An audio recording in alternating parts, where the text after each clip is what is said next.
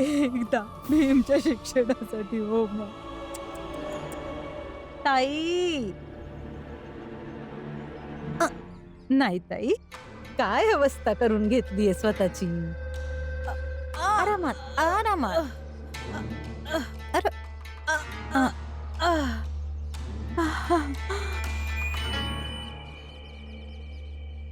ताई, तुम्ही जे सांगताय ना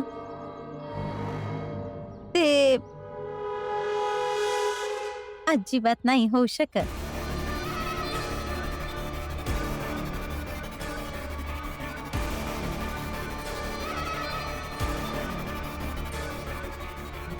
इतके विचित्र का आहात तुम्ही. जेव्हा भीमच्या बाजूने निर्णय लागतो तेव्हा तर तुम्ही पोहोचता त्याचं कौतुक करायला, आणि आज माझ्या बाजूने निर्णय लागला तर तुम्ही माझं कौतुक बी करणार नाही का? असं करणार तुम्ही माझ्यासोबत? काय ताई, आणि हे जे काही घडलं ते तर खूप आधीच व्हायला हवं होतं. असो, उशिरा का होईना चांगलंच झालं. या कुबड्या जरा सांभाळून, परत पडल्या बिडल्या ना तर तुम्ही खेचण्याच्या पण लायकीच्या नाही राहणार. जिजाबाई, मी तुला आज मनापासून श्राप देते की तू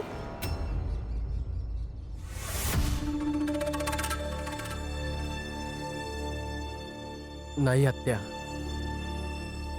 काहीही होऊ देत, आपण कोणाला असा शाप नाही दिला पाहिजे. भीम.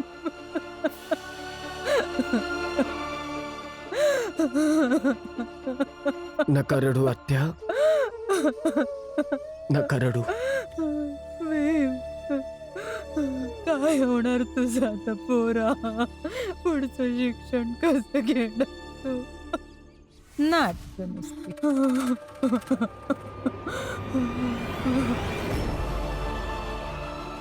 भीम, यापुढं तुला तुझ्या शिक्षणाची जबाबदारी स्वतः उचलावी लागल. मी, आनंद, लक्ष्मी, मीरा कुणीच ती जबाबदारी वाटून घेणार नाही. प्रत्येक वेळी ह्यांच्याच बरोबर असं का होतं? एकच महिना राहिलाय, ते आणि मी, आता आम्ही दोघं मिळून कसं काय जमावू 25 रुपये? आणि अशा प्रकारे बाबांनी मी त्यांची साथ सोडून त्यांची हिंमत अजून कमकुवत केलीये. काय करू मी? काय बी समजत नाहीये. कुठून येतील 25 रुपये?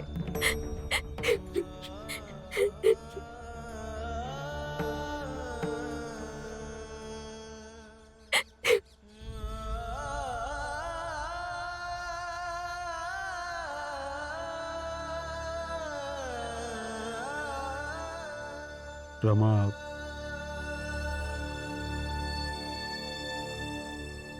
मला माफ कर पोरी. बघ पोरी, मी कुठलं स्पष्टीकरण द्यायला नाही आलोय, नाही अशी कुठली गोष्ट बोलायला ज्यानं माझा अपराध कमी होईल. काहीच नाही बोलणार. एक गोष्ट सोडून, आठवतंय तुला एकदा जेव्हा भीमान तू प्रचंड देवमुळं घर सोडून निघाले होते, तेव्हा मी बोललो होतो भीमला तुझ्या हवाली करतो, त्याची काळजी घे. भीमला तुझ्या हवाली करतोय, सांभाळ त्याला. आज परत सांगतोय,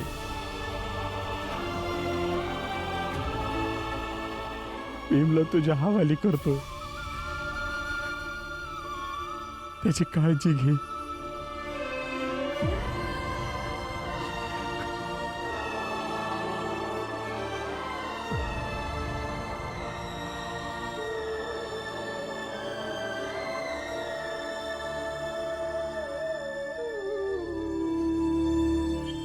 मालक मालक मालक, लय मोठी खुशखबर घेऊन आलोय. ऐकाव. रामजीनं हा निर्णय घेतलाय की तो स्वतः भीमाच्या शिक्षणात काही मदत करणार नाही आणि नाही त्याच्या घरचे भीमाच्या शिक्षणाला मदत करतील.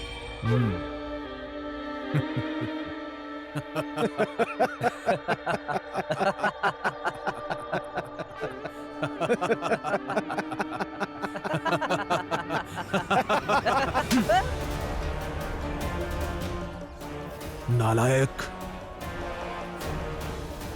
कालपासून तुम्ही नरोत्तम जोशीला शोधताय आणि तो अजूनही मिळाला नाही. मला नरोत्तम जोशी हवाय. जा.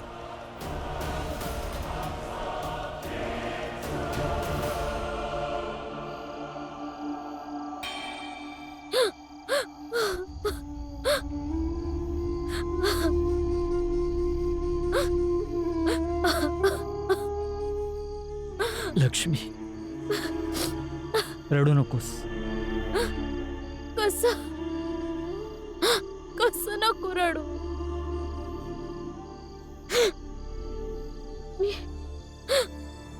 मी भीमभाऊ सोबत किती वाईट वागले.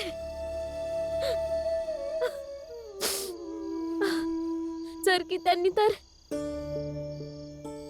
तर मला आपली बहीण मानलं होतं, पण मी नाही समजू शकले भाऊ बहिणीचं नातं. देवाने त्यांनी माझं बाळ हिसकावून घेतलं. लक्ष्मी, हिसकावून घेतलं. लक्ष्मी, रडू नकोस आणि काही बोलू नकोस. आता तू भीमची साथ देतेस ना, उभी आहेस ना त्याच्या लढाईत त्याच्यासोबत, मग त्याची एक गोष्ट आपल्या मनात करून घे. भीम काय बोलतो नेहमी की कुठल्या पण संकटात जर हिमतीने लढलो तर जिंकू शकतो. आपण पण जिंकणार लक्ष्मी, आपण पण जिंकणार. तू रडू नकोस, हिम्मत ठेव.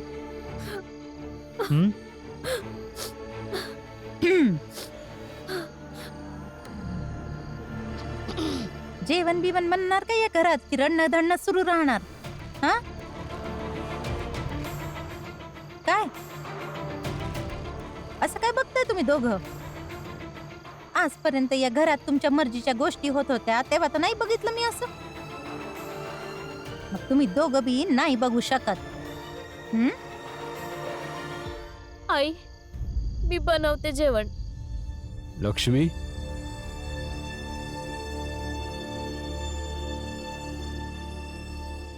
माझं जेवण नको बनवू परी, भूक नाहीये. आणि आई, मला आणि यांना पण नाही जेवायचं. मग फक्त तुमच्यासाठी बनवायचंय. लगेचच बनवते. जर तुम्हाला काही गोड खायचं असेल तर सांगा, ते बी बनवते. भल्या कामासाठी परफांगी नक्की बनव गोड की. अन बघ, ज्याला खायचं असेल ते खाईल, ज्यांना नाही खायचं ते नाही खाणार. मला ते नाही माहिती सगळं. मला खूप भूक लागली हाय. लवकर जेवण बनव जा. अन हा, काल भाजीत मीठ कमी झालं होतं, जरा चवीला दे आधी. हा,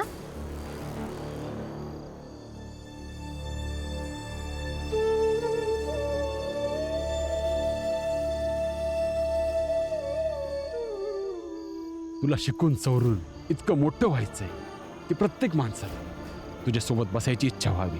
प्रत्येक माणसाला तुला स्पर्श करून त्याला गर्व वाटावा.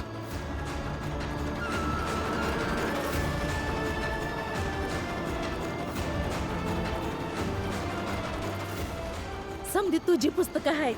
हे जेवढं अभ्यास करायचंय तेवढं कर. तुझा बाबा अजून जिवंत आहे, तुझा भाऊ अजून जिवंत आहे. आम्ही सगळे मिळवून कमवू. तुला फक्त शिक्षण घ्यायचं, फक्त शिक्षण.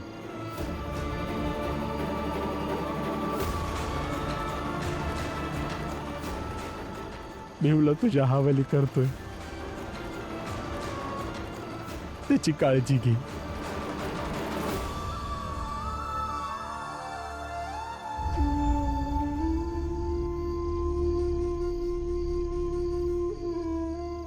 आता काय विचार करताय तुम्ही?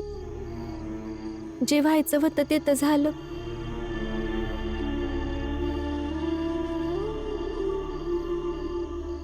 रमा, लहानपणी आई आणि बाबांनी मिळून माझ्या आजूबाजूला शिक्षणाचं जग वसवलं. आई तर लहानपणीच माझी साथ सोडून गेली. आणि आज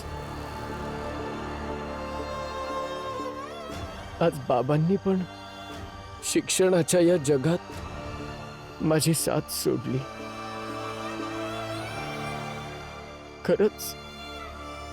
खरोखरच एकटा पडलोय मी आता. बाबांनी भलेही तुमची साथ न द्यायचा निर्णय घेतलाय, पण त्यांना मनापासून हेच वाटतं का तुम्ही लई शिकावं, लई मोठं व्हावं.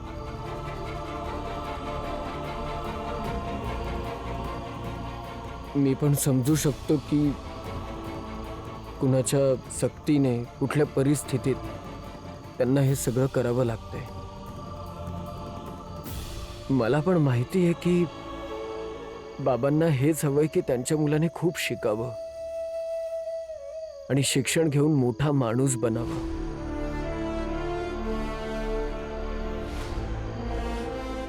मी करणार. माझ्या आई वडिलांचं स्वप्न मी नक्की पूर्ण करणार रमा. खूप शिकणार मी.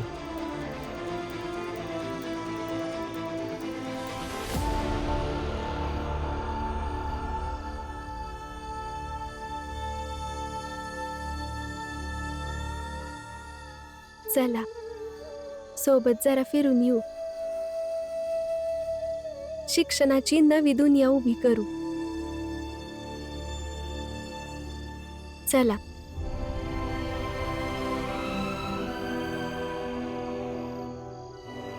चला, विचार नका करू. तुमच्यासारखी शिकली सवरलेली नाहीये, पण मला एवढं माहितीये का बऱ्याच वेळा येळेसोबत वाहत जाण्यानं लई प्रश्नांची उत्तरं सुटतात आणि जड झालेलं मन हलकं होतं.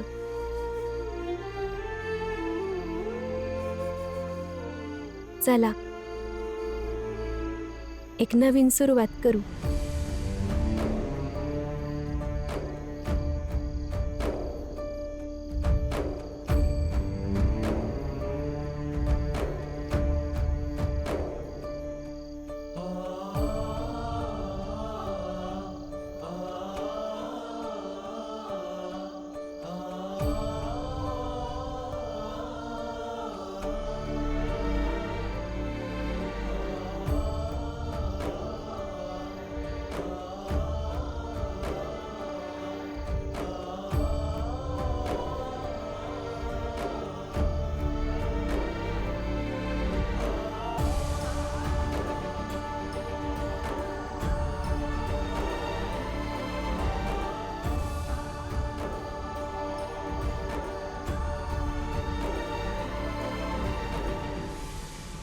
किती चांगली हवा आहे.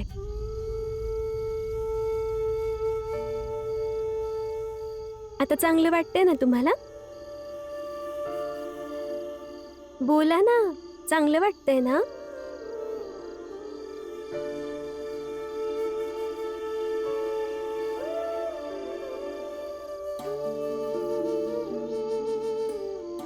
तुम्ही काय एवढे गंभीर होऊन बसलायत? स्वतःच म्हणता ना का प्रत्येक परिस्थितीशी झुंजलं पाहिजे, लढलं पाहिजे आणि स्वतःच तोंड फुगून बसले.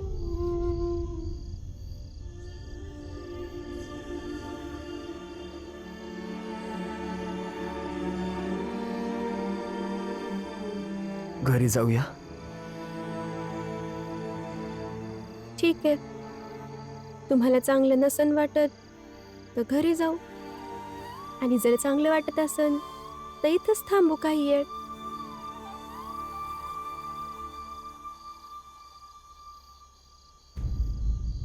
म्हणजे चांगलं वाटतंय है ना? या इकडं, इथं बसा तुम्ही, या.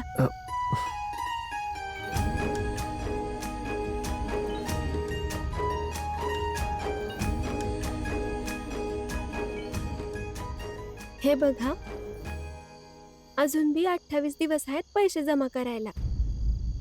तुम्ही काळजी नका करू, काही ना काही नक्की होईल.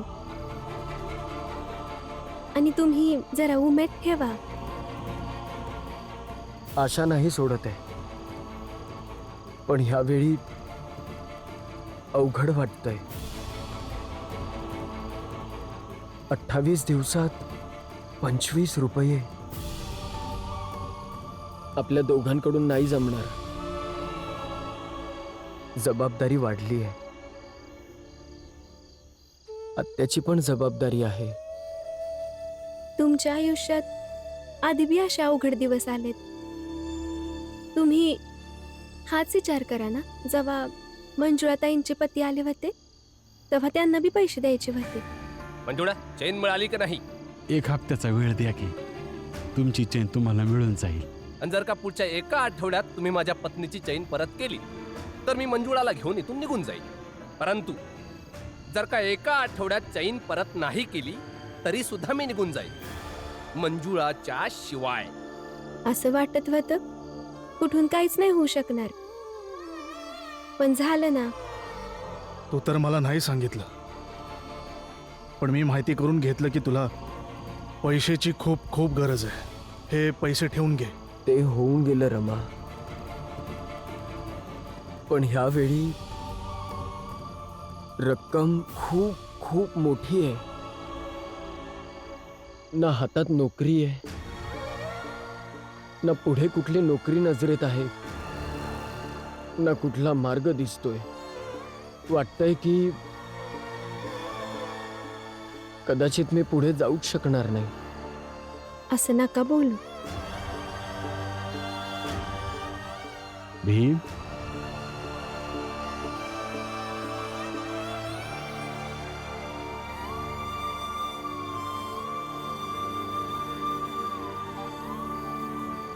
भीमपोरा, मी आणि माझं कुटुंब तुला शिकवण्यात असमर्थ ठरलो. पण पोरा, मला असं कधीच नाही वाटणार की तू तुझं पुढचं शिक्षण सोडावं. उलट माझी इच्छा आहे की तू पुढची लढाई स्वतः लढावी, स्वतः लढून जिंकून या दुनियेच्या सोबत आपल्या बाबाला पण सिद्ध कर की तू भीमराव आंबेडकर खरंच एक मोठा योद्धा आहेस. जर तू हे सिद्ध नाही करू शकला तर तुझ्या क्षमतेवरती मला खूप दुःख होईल बघ.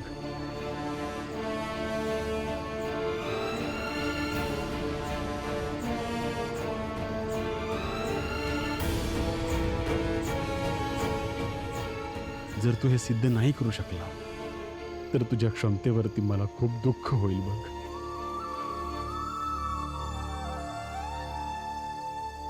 माफ कर पोरा या गोष्टीसाठी की जे स्वप्न मी तुझ्यासाठी पाहिलं होतं